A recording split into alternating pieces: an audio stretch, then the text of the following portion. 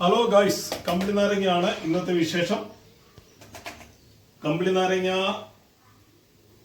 നിങ്ങളുടെ നാട്ടിലൊക്കെ എന്ത് പറയുന്നത് എനിക്കറിയില്ല. ഞങ്ങളുടെ നാട്ടിൽ കമ്പിളി നാരങ്ങ എന്ന് പറയും.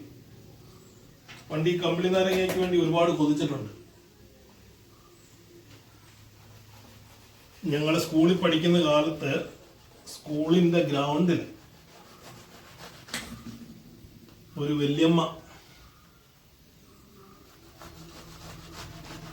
ഇടവേളകളിൽ ഞങ്ങളെയും കാത്ത് ചാക്കില് ഓരോ കമ്പിളി നാരങ്ങയുടെ അല്ലി ഓരോ അല്ലിയായിട്ട് അടത്തി വെക്കും.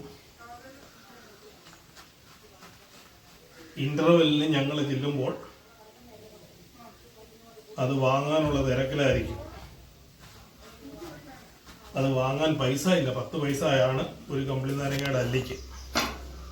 അതിന് പൈസ ഇല്ലാത്തത് കൊണ്ട് ഞങ്ങൾ ചെയ്യുന്ന മാർഗം പോകുന്ന വഴിക്ക് ഏതെങ്കിലും ഒരു പറങ്കാവെ കയറി അല്ലെ പറങ്കാവിന്റെ ചോട്ടിൽ കിടക്കുന്ന പറങ്ങാണ്ടി പറക്കിക്കൊണ്ട് പോകും. അപ്പൊ ആ പറങ്ങാണ്ടി പറക്കിക്കൊണ്ട് ചെന്ന് കഴിഞ്ഞാൽ ഒരു 4-5 പറങ്ങാണ്ടി കൊടുത്തു കഴിയുമ്പോൾ ആ അമ്മ ഞങ്ങൾക്ക് ഇതുപോലെയുള്ള കമ്പിളി നാരങ്ങയുടെ ഒരല്ലി എന്ന് പറയുമ്പോൾ ഏകദേശം ഇത്രയും വരും. ഇതിപ്പോൾ ഒരു 1.5 ഉണ്ട്. ഇങ്ങനെ നമുക്ക് ഓരോ പീസായിട്ട് ഇതിനെ അടത്തി കിട്ടും. അതിങ്ങനെ അങ്ങോട്ട് പൊളിച്ചിട്ട് നമ്മളുണ്ടല്ലോ